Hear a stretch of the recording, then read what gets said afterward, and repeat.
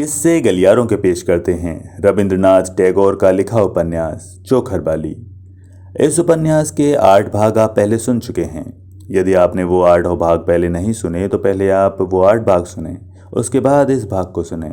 आप चैनल पर नए हैं तो चैनल को सब्सक्राइब करना आपका फ़र्ज़ बनता है, और यदि पुराने हैं तो सब्सक्राइब करने के बाद बेल आइकन को दबाना, वीडियो को लाइक करना, यह आपका दायित्व होता है। शुरू करते हैं आज का अध्याय। तीसरा भाग।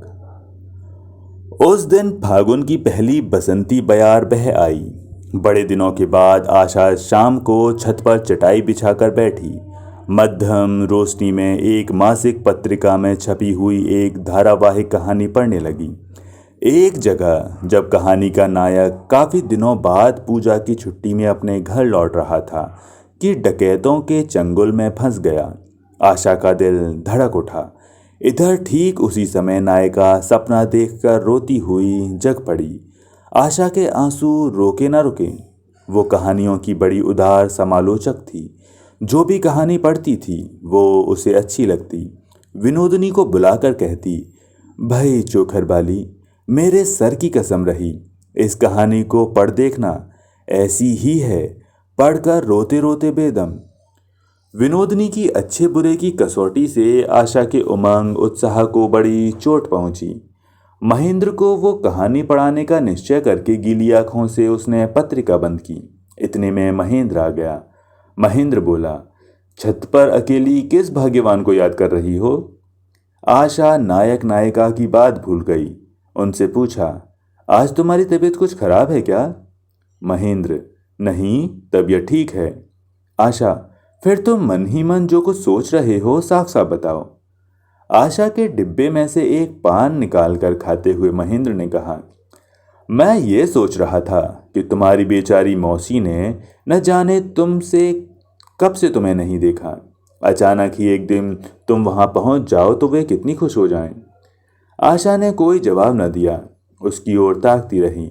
वो समझ न सकी कि एकाएक फिर क्यों ये बात महेंद्र के मन में आई। आशा को चुप देखकर महेंद्र ने पूछा, तुम्हारी जाने की इच्छा नहीं होती क्या? इस बात का जवाब देना कठिन था। मौसी से मिलने की इच्छा भी होती है और महेंद्र को छोड़कर जाने का दिल भी नहीं चाहता। आशा बोली, कॉलेज की छुट्टियां होने पर जब तुम चलोगे तो मैं भी साथ चलूंगी। महेंद्र, छुट्टियों में भी जाने की गुंजाइश नहीं है, इम्तिहान की तैयारी करनी है। आशा, फिर रहने दो, नहीं गई तो क्या हुआ? रहने क्यों दो? तुम्हें जाना चाहा था, जाओ। नहीं, मेरी इच्छा जाने की नहीं है। अभी अभी उस दिन तो ऐसी जबरदस्त इच्छा थी और अचानक ही वो इच्छा गायब हो गई। आशा नजर झुकाए बैठी रही। विनोदनी से सुलह के लिए मौका ढूंढते हुए महेंद्र मन भीतर ही भीतर अधीर हो उठा। आशा को चुपचाप देखकर नाहक ही उसे गुस्सा आ गया। बोला, मुझ पर तुम्हें किस तरह का शुबह हुआ है क्या कि आंखों की निगरानी में रखना चाहती हो मुझे? आशा की स्वाभाविक नम्रता, कोमलता और धीरजता महेंद्र की बर्दाश्त से बाहर हो गई। अपने आप बोला, मौसी के यहाँ जाने की इच्छा है, ये कहो कि मैं जाकर ही रहूंगी, जैसे भी हो। कभी हाँ तो कभी ना, कभी चुप, ये क्या करती रहती हो? महेंद्र की ऐसी रुखाई से आशा अचरज में पड़ गई। लाख कोशिश करने पर भी उसे कोई जवाब न सूझा। ये समझ ही न पाती थी कि क्यों महेंद्र कभी तो इतना आदर करता है और फिर अचानक बेरहम सा बन जाता है। इस तरह आशा के लिए महेंद्र जितना भी दुर्बोध बनता जाता, आशा उतना ही धड़कते कलेजे से, भय और प्यार से उसे ज़्यादा जकड़ती जाती। वो महेंद्र पर शक करे, उसे आंखों की निगरानी में रखना चाहती है। ये कोई कठोर उपहास है कि निर्दय संदेह है? कसम खाकर इसका प्रतिवाद करना जरूरी है कि उसे हंसकर टाल जाए। आशा थी और अब भी चुप रहते देखकर अधीर महेंद्र तेजी से उठकर चला गया। फिर कहाँ तो रहा ना कहानी का नायक और कहाँ गई नायिका। सूर्यास्त की आभा अंधेरे में खो गई। सांझ वाली बसंत बयार जाती रही और सर्द हवा चलने लगी। फिर भी आशा उसी चटाई पर लेटी रही। जब बहुत देर बाद वो कमरे में गई तो देखा महेंद्र ने उसे बुलाया भी नहीं, सो गया है।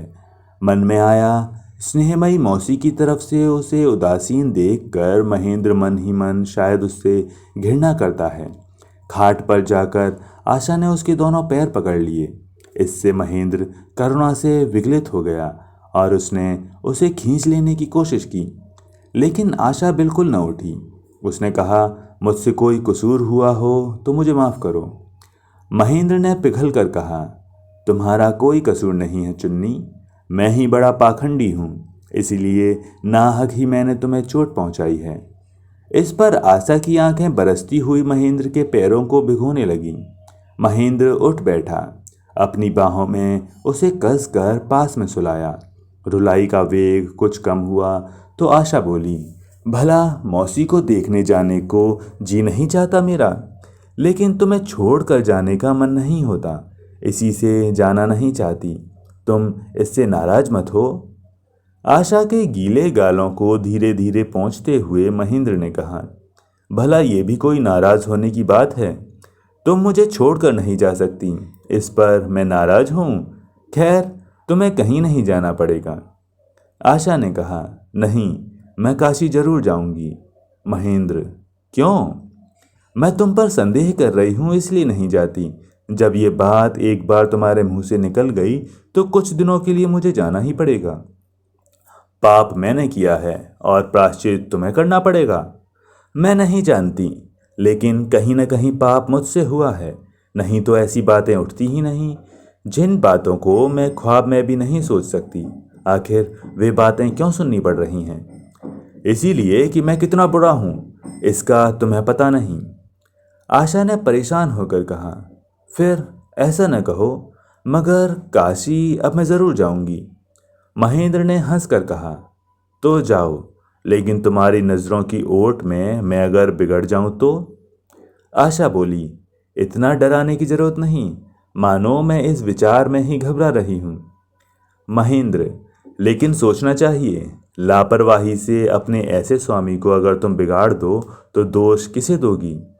आशा, दोष कसम से कम तुम्हें न दूंगी, बेफिक्र रहो। ऐसे में अपना दोष मान लोगी? 1000 बार मान लूंगी। ठीक है, तो कल मैं तुम्हें बड़े चाचा जी से मिलकर सब तय कराऊंगा। और महेंद्र ने कहा, रात बहुत हो गई। करवट बदलकर वो सो गया। जरा देर बाद वो फिर इधर पलटकर अचानक कह उठा, चुन्नी, रहने भी दो, न भी जाओगी तो क्या हो जाएगा? आशा बोली, फिर मनाही क्यों? अब अगर एक बार मैं जा न पाई तो मेरे बदन से तुम्हारी ये झिड़की हमेशा लगी रहेगी। 2 ही 4 दिन के लिए ही सही, मुझे भेज दो। महेंद्र बोला, अच्छा। वो फिर करवट बदलकर सो गया। काशी जाने से एक दिन पहले आशा ने विनोदनी के गले से लिपट कर कहा, भाई बाली, मेरा बदन छूकर एक बात बताओ। विनोदिनी ने आशा का गाल दबा दिया। कहा, कौन सी? आशा, पता नहीं तुम आजकल कैसी हो गई हो, मेरे पति के सामने तुम निकलना ही नहीं चाहती। विनोदिनी, क्यों नहीं चाहती? ये क्या तू नहीं जानती? उस दिन महेंद्र बाबू ने बिहारी बाबू से जो कुछ कहा तूने अपने कानों से नहीं सुना?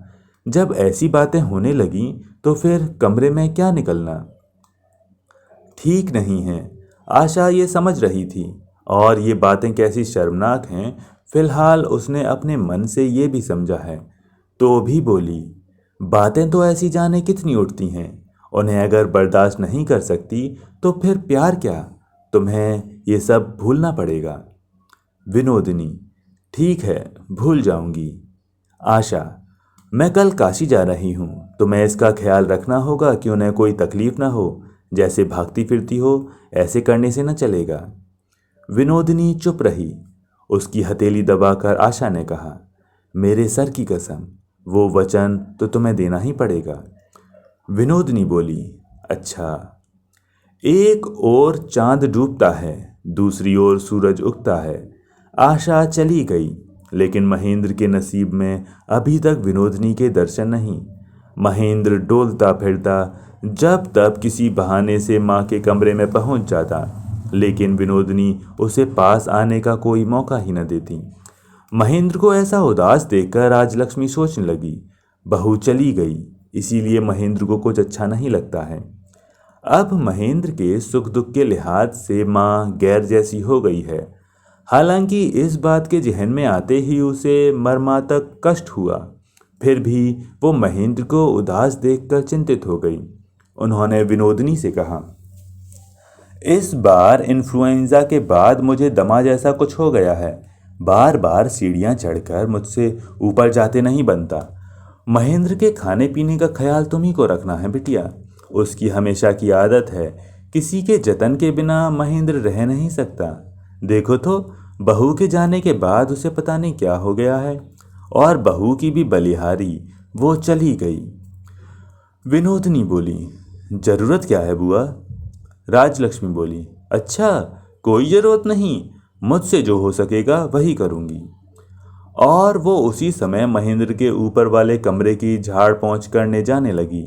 विनोदनी कह उठी, तुम्हारी तबीयत ठीक नहीं, तुम मत जाओ, मैं ही जाती हूँ। मुझे माफ़ करो बुआ, जैसा तुम कहोगी करूँगी। राजलक्ष्मी लोगों की बातों की कतई परवाह नहीं करती। पति की मृत्यु के बाद से दुनिया और समाज में उन्हें महेंद्र के सिवाय और कुछ नहीं पता। विनोदनी ने जब समाज की निंदा का इशारा किया तो वह खींच उठी। जन्म से महेंद्र को देखती आई हैं, उनके जैसा भला लड़का मिलता कहाँ है। जब कोई उसकी आलोचना करता तो राजलक्ष्मी से रहा न जाता। उन्हें लगता कि इसी पल उसकी जवान गल क्यों नहीं जाती। महेंद्र कॉलेज से लौटा और आज अपने कमरे को देखकर ताज्जुब में पड़ गया।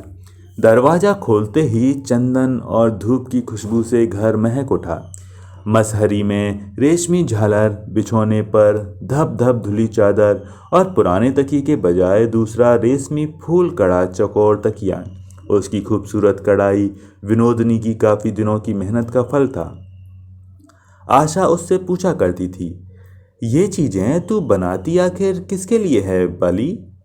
विनोदनी हंसकर कहती, अपनी चिता की सेज के लिए। मरण के सिवा अपने सुहाग के लिए है भी कौन? दीवार पर महेंद्र की जो तस्वीर थी, उसके फ्रेम के चारों कोनों पर बड़ी कुशलता से रेशमी गांठें बांधी गई थीं। नीचे की तिपाही पर फूलदानियों में गुलदस्ते, मानो महेंद्र की प्रतिमूर्ति को किसी अनजाने भक्त की पूजा मिली हो। कुल मिलाकर घर की शक्ल ही बदल गई थी। खाट पहले जहाँ थी वहाँ से थोड़ी खिसकी हुई थी। कमरे को दो हिस्सों में बांट दिया गया था। खाट के पास की दो बड़ी अलमारियों में कपड़े डालने से एक ओट जैसी हो गई थी, जिससे फर्श पर बैठने का बिछौना और रात को सोने की खाट अलग अलग हो गई थी। कांच की जिस अलमारी में आशा की शौकिया सजावट थी, खिलौने थे, उसमें के कांच पर अंदर से लाल कपड़ा जड़ दिया गया था। अब कुछ न दिखता था। कमरे के पुराने इतिहास की जो भी निशानी थी, नए हाथ की नई सजावट से वो ढक गई थी। थक मांदा महेंद्र फर्श के साफ सुथरे बिछौने पर लेट गया। तकियों पर माथा रखते ही एक मीठी सी खुशबू मिली।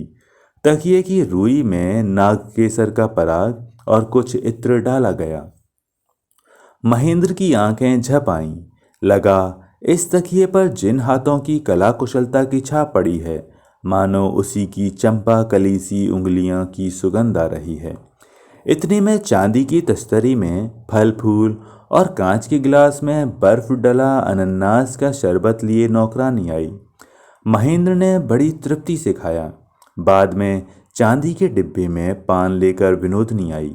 बोली, इधर कई दिन में खाने के समय न आ पाई, माफ़ करना, और जो चाहे सो करो, मगर मेरे सिर की कसम रही, मेरी चोखर बाली को ये मत लिख भेजना कि तुम्हारी देखभाल ठीक से नहीं हो रही है। जहाँ तक मुझसे बनता है करती हूँ। विनोदनी ने पान का डिब्बा महेंद्र की तरफ बढ़ाया। पान में भी आज केवड़े की खुशबू थी। महेंद्र ने कहा, सेवा जतन के मामले में कभी कभी ऐसी कमी रहना भी अच्छा है। विनोदनी बोली, क्यों भला? महेंद्र ने कहा, बाद में उलाहना देकर ब्याज समेत वसूलने की गुंजाइश रहती है। महाजन जी, सूद कितना? महेंद्र ने कहा, खाने के समय हाजिर न रहीं, तो बाद में हाजिर होने के बाद भी बकाया रह जाएगा। विनोदिनी बोली, ऐसा कड़ा हिसाब है तुम्हारा कि देखती हूँ तुम्हारे हाथों पड़ जाने पर छुटकारा नहीं। महेंद्र ने कहा, हिसाब कड़ा तो उसे कहते हैं जब वसूला जा सके। यदि वसूल ही न पाओ तो हिसाब तो रखना अपने पास। विनोदिनी ने कहा, वसूल करने योग्य है भी क्या, मगर कैद तो कर ही रखा है। और मजाक को एकाएक गंभीर बनाते हुए उसने एक लंबी सांस छोड़ी। महेंद्र ने भी गंभीर होकर कहा, तो ये कैद खाना है क्यों? ऐसे में रोज की तरह बैरा तिपाही पर बत्ती रख गया।